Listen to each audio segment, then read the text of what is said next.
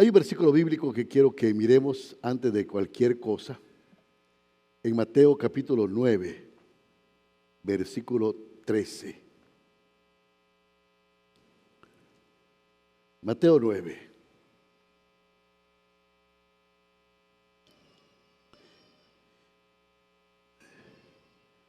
Dice la palabra del Señor. Hoy no tenemos escuela dominical. Tenemos muchos niños con nosotros, tal vez los diáconos nos ayudan cuando un niño necesita algo para que lo podamos atender, porque aunque están con nosotros, ellos necesitan atención, todavía los padres pueden ir al anexo y estar con ellos ahí también, o algún diácono puede atenderlos para darles agüita o algo que necesitan, porque amamos a los niños en esta iglesia, ¿verdad? Y pues bien, ya que están con nosotros y necesitan algo, las reuniones de nosotros ya los adultos son bien aburridas para ellos y es lógico que, que se rebelen, ¿verdad? Así es que vamos a ver si los diáconos nos ayudan, por favor, o los hermanos del consistorio. Muy bien, dice la palabra de Dios. A ver, ¿por qué no lo leemos todos juntos? Dice, id pues y aprended lo que significa misericordia quiero y no sacrificio, porque no he venido a llamar justos, sino pecadores al arrepentimiento. Gracias, Jesús, por tu palabra en esta hora. Gracias porque tú nos bendices, porque tú te glorificas en medio de tu pueblo. Gracias porque tu palabra es verdad y nosotros estamos en la verdad. Por eso, Señor, nos presentamos delante de ti para que tu Espíritu Santo haga docencia en medio de tu pueblo. En el nombre de Jesús, tu Hijo amado, oramos. Amén. Amén. Este pasaje de Mateo capítulo 9 nos está mostrando el llamamiento de Mateo, a Mateo que se le conoce como el publicano. Y el versículo 9, aquí tenemos como de este mismo capítulo 9, tenemos aquí cómo Jesús llama a Mateo. Dice la palabra de Dios, ahí pasando Jesús de ahí, vio a un hombre llamado Mateo, que estaba sentado al banco de los tributos públicos, y le dijo, sígueme. Y se levantó y le siguió. Bueno, a Mateo también se le llamaba Leví, o hijo del Alfeo. Y tanto en Marcos capítulo 2:14 como en Mateo 10:3 menciona que Mateo era el hijo de Alfeo y estos nombres. Así que parece que tanto este Mateo como su hermano Jacob están entre los 12 discípulos que tuvo Jesús. Ahora, cuando la Biblia está hablando aquí que este hombre Mateo estaba sentado en el banco de los tributos, eran los recaudadores de impuestos que no solo eran pecadores notorios porque eran corruptos, sino que también el pueblo de Israel los consideraba traidores.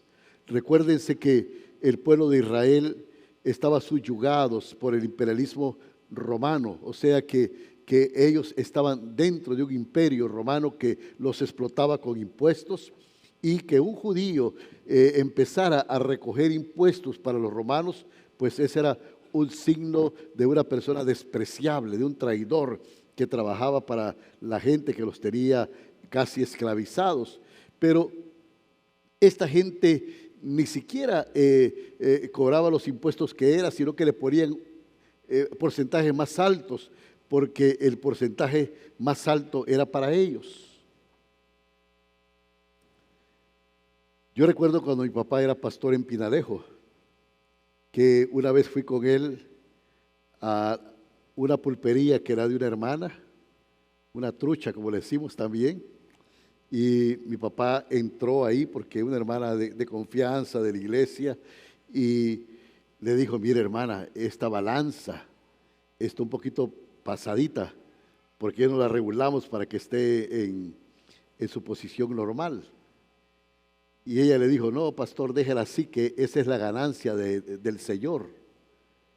Wow, dije, la ganancia del Señor. Pues, esto no es justo, el Señor no hace cosas así, pero imagínense que alguien cobra estos impuestos. Estos hombres eran gente no querido, y sabe que el pueblo judío con razón los consideraba traidores, porque trabajaban para el imperio romano, y esto era así.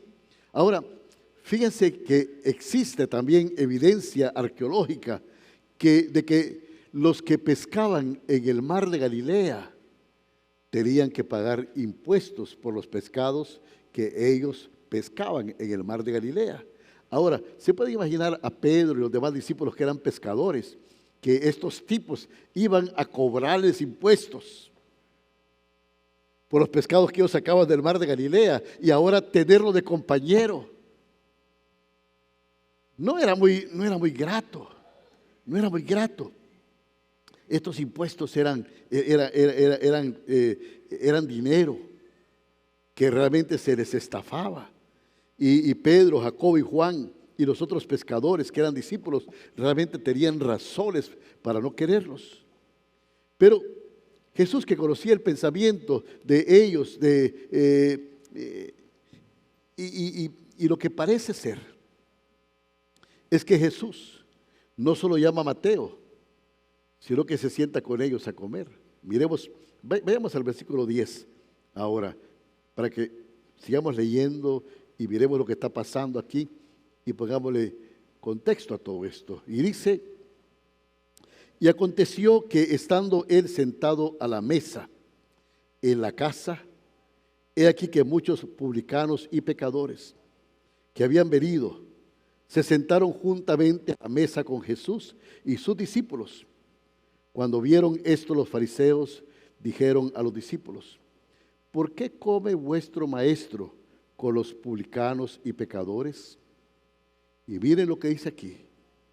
Al oír esto, Jesús les dijo: los sanos no tienen necesidad de médico, sino los enfermos. Id pues y aprended lo que significa: misericordia quiero y no sacrificios, porque no he venido a llamar justos, sino a pecadores al arrepentimiento. Muchos publicanos y pecadores se sentaron junto a la mesa con Jesús. Y el contexto sugiere que era una reunión de los amigos de Mateo, de estos recaudadores de impuestos, de esta gente que nadie quería, que eran odiados.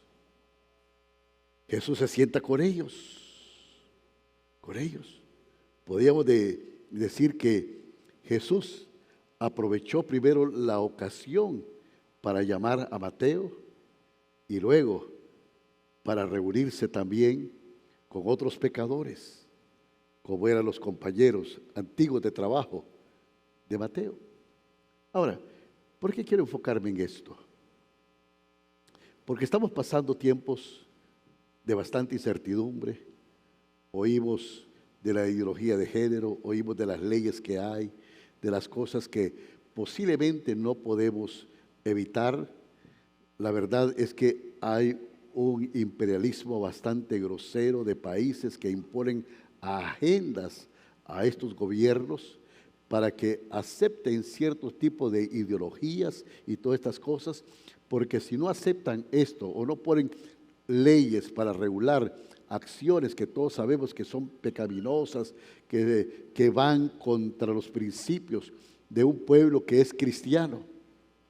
¿Sabía que Honduras en un 90 y algo por ciento es un pueblo cristiano? Cristianos católicos o evangélicos. Y que según la última encuesta de Sid Gallup que hizo en mayo de este año, el 48 o el 47.4 de la población hondureña son evangélicos protestantes. ¿Qué le parece? Contra un 34% de católicos.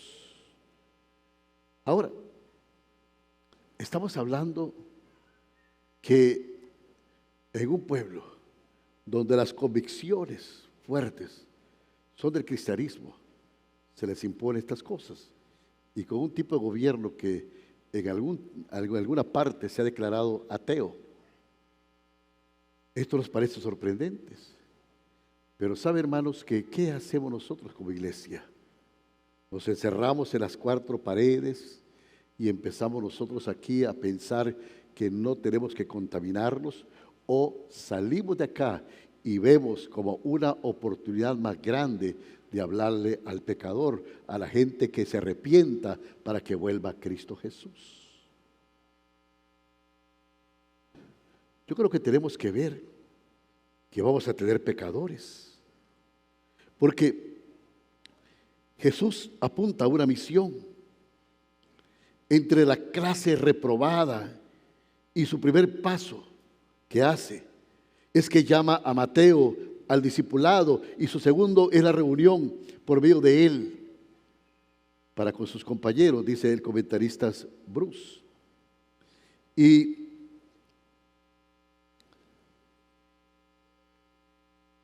viene la crítica de los fariseos, la crítica de esta gente, los fariseos que preguntan a los discípulos de Jesús: ¿por qué come vuestro maestro con los publicanos y pecadores? Y la respuesta es bien simple: porque Jesús ama a los pecadores. La respuesta es simple. La Biblia dice en Romanos capítulo 5, versículo 8: mas Dios muestra su amor para con nosotros en que aun siendo pecadores, Cristo murió por nosotros. Aquí el Señor Jesús está citando a Oseas capítulo 6, versículo 6. Y en los días de Oseas, el pueblo de Dios todavía era bueno para traer sacrificios. Así como dice Oseas capítulo 5, versículo 6. Pero habían olvidado misericordia y abandonaron la misericordia, porque dejaron el conocimiento de Dios aparte. Y eso es lo que está pasando. Estamos en el mes de la Biblia. Hoy estamos celebrando el día de la Reforma. Hermanos, ningún acontecimiento, la palabra más segura es la palabra de Dios. Y no nos podemos apartar de la palabra de Dios. Y al apartarnos del conocimiento de Dios, empezamos a pensar que los sacrificios son suficientes, que cualquier cosa que nosotros hacemos. Pero decía este comentarista Morgan que estas palabras son más llamativas cuando recordamos que estaban dirigidos a los maestros de los hombres. O sea que la reprensión de Cristo mostró que ellos no conocían a Dios, y Él les ordenó ir y aprender el significado de sus propias escrituras. Imagínense, el Señor enseñándole a los maestros de la ley sus propias escrituras. Y decía Spurgeon también, y lo quiero citar de nuevo, que esto sería de mal gusto para los hombres que pensaban que ya lo sabían todo. Ya lo sabían todo. Ahora, ¿por qué estoy hablando de esto? Porque ¿qué significa la mesa del Señor? ¿Qué significa? Venir a la Santa Cena, a la comunión. Cuando venimos a la comunión, tenemos que entender que este es un memorial, este es un recordatorio de que nosotros somos salvos no por los méritos nuestros, ni por lo que nosotros hayamos hecho, sino por lo que Cristo hizo en la cruz del Calvario, que solo ahí hay salvación y hay vida eterna. Ayer estábamos en una conferencia por ser el día de la Reforma, una conferencia para pastores, y el maestro que nos estaba dando la conferencia, el pastor Domínguez de El Salvador, él contó una ilustración que me llamó la atención, unas enseñanzas magníficas realmente, pero voy a contar algo que contó que me gustó muchísimo. Y voy a poner un poquito de contexto antes de decirles lo que él contó. Pero ¿se recuerdan cuando el pueblo de Israel estaba esclavo en Egipto? Que Dios mandó a Moisés a rescatar a su pueblo y vino las plagas. Y la última plaga era el ángel heridor que iba a pasar por todos los hogares y iba a matar el primogénito de los egipcios, o sea, de todas las casas donde él pasara. Pero le ordenó al pueblo de Israel, al pueblo que estaba esclavizado, que mataran un cordero, el cordero de la Pascua. Esta mañana me equivoqué, dije, ¿qué dije la mañana? Dije un macho, cabrío, no era un cabrito. El cabrito ya se hizo ovejita. Dice Manuel Moría, un canto para niños. La ovejita, sin mancha. Y que comieran esa carne, eso, pero que la sangre de ese animalito la rociaran, ¿dónde? En el dintel de la puerta. Rociaran, la pintaran la puerta con la sangre de ese corderito. Y si el ángel heridor pasaba por una casa, esa casa no iba a tener muerte de su primogénito. Pero entonces nos contaba el hermano, imagínense que hay dos judíos platicando ahí, y le dice uno al otro, tengo miedo que esta noche que pase el ángel heridor por mi casa, mi hijo primogénito se muera. ¿Y tú tienes miedo?, le pregunta al otro. Y le dice, ¿y por qué voy a tener miedo? ¿Por qué tienes miedo tú? No, pues el ángel heridor va a pasar por esta casa también. ¿Y qué tal? ¿Qué tal si se muere, si mi primogénito? Y le dice el otro, pero tú ya sacrificaste el cordero, ya pintaste el dintel de tu puerta. Sí, dice, ya lo hice, ya maté el corderito, ya celebramos la Pascua, ya pintamos el dintel. Entonces, ¿cuál es el problema? No, pero aún así tengo dudas. Pues yo no, dice, porque yo estoy seguro de que hice lo que Dios decía y no va a pasar nada. Ahora, la pregunta aquí es, ¿cuál de los dos hijos primogénitos de estos dos judíos se salvó? ¿Cuál de los dos se salvó? A ver, ¿qué me dicen ustedes? ¿Cuáles? Claro, los dos. Los dos. ¿Sabe por qué? Porque la salvación no depende de nada de lo que nosotros tengamos, aún de nuestra falta de fe. La salvación viene únicamente del sacrificio de Cristo en la cruz del Calvario, el cual nos redimió y nos hizo aptos y nos hizo hijos de Dios. Demos un aplauso fuerte al Señor.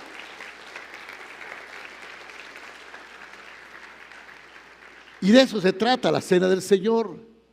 Ese recordatorio que nosotros tenemos que somos hijos de Dios. Algunos dicen, no, mire, yo no quiero tomar la cena porque tengo dudas, tengo esto, hermanos. Si Cristo te liberó, si Cristo te redimió, si tú confesaste tus pecados y Cristo los oyó, te perdonó y tú eres un hijo de Dios y vienes a la mesa y Dios te recuerda que esa carne, que esa sangre esa carne que fue inmolada, esa sangre que fue derramada, es suficiente para que tú fueras hijo de Dios, para que tú fueses salvo. Hay cosas de tu pasado que te avergüenzan, pero por eso dice el Señor que los sanos no tienen necesidad de médico. Dice la Biblia que no hay otro camino para ir al cielo.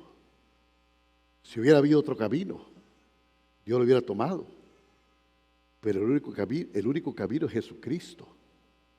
Y si tú estás en Cristo, si tu vida está en Él, si tú has sido perdonado por Él, si tú aceptas ese sacrificio, aún ese pasado que te avergüenza, aún esas cosas que te han lastimado, que has hecho y que tu conciencia te molesta, si tú lo has confesado al Señor, tú eres perdonado, porque tú no puedes hacer nada.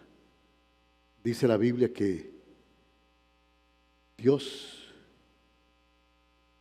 rechaza a los soberbios, pero da gracia a los humildes.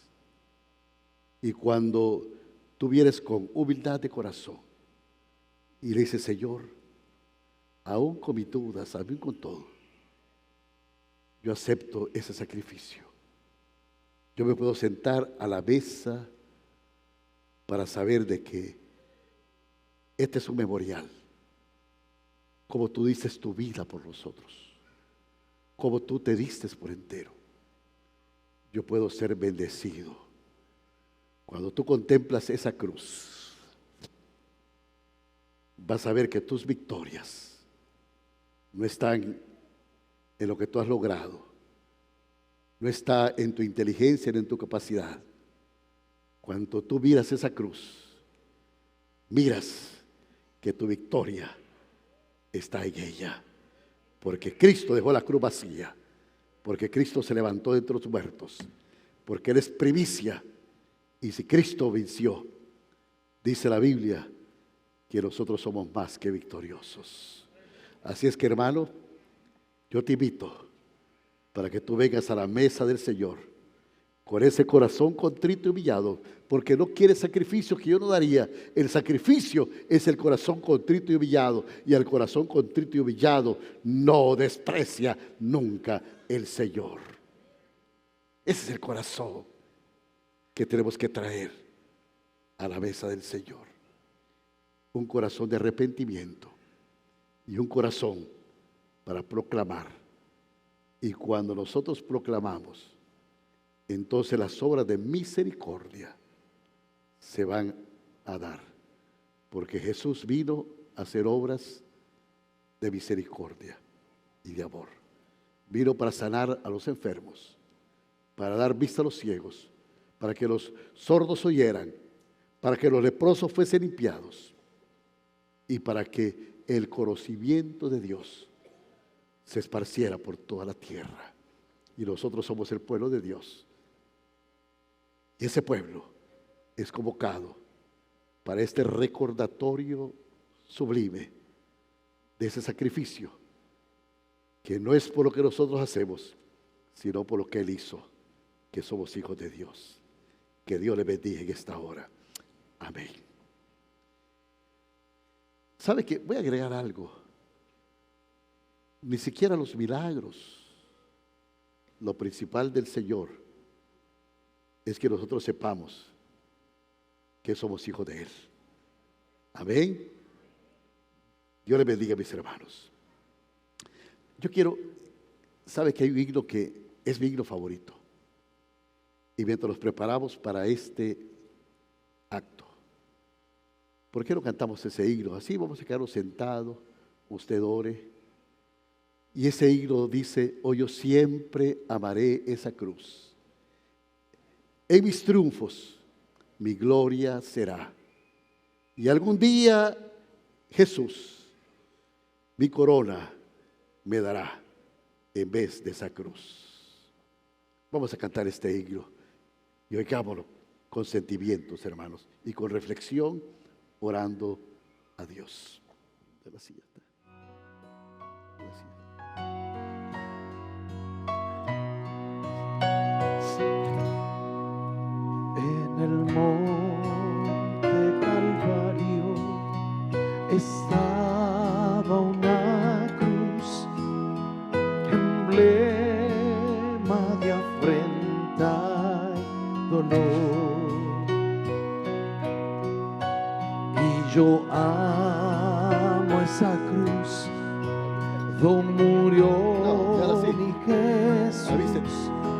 por salvar al más vil pecador.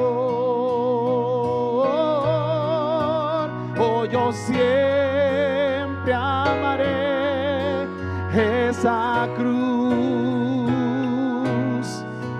en sus triunfos mi gloria será. Y algún día, en vez de una cruz, mi corona Jesús me dará. Yo seré siempre fiel a la cruz de Jesús, sus desprecios con él sufriré. Y algún día feliz con los santos en luz, para siempre su gloria veré. Oh, yo siempre amaré esa cruz, en sus triunfos mi gloria será. Y algún día, en vez de una cruz, mi corona Jesús me dará. Y algún día, en vez de una cruz, mi corona Jesús me dará.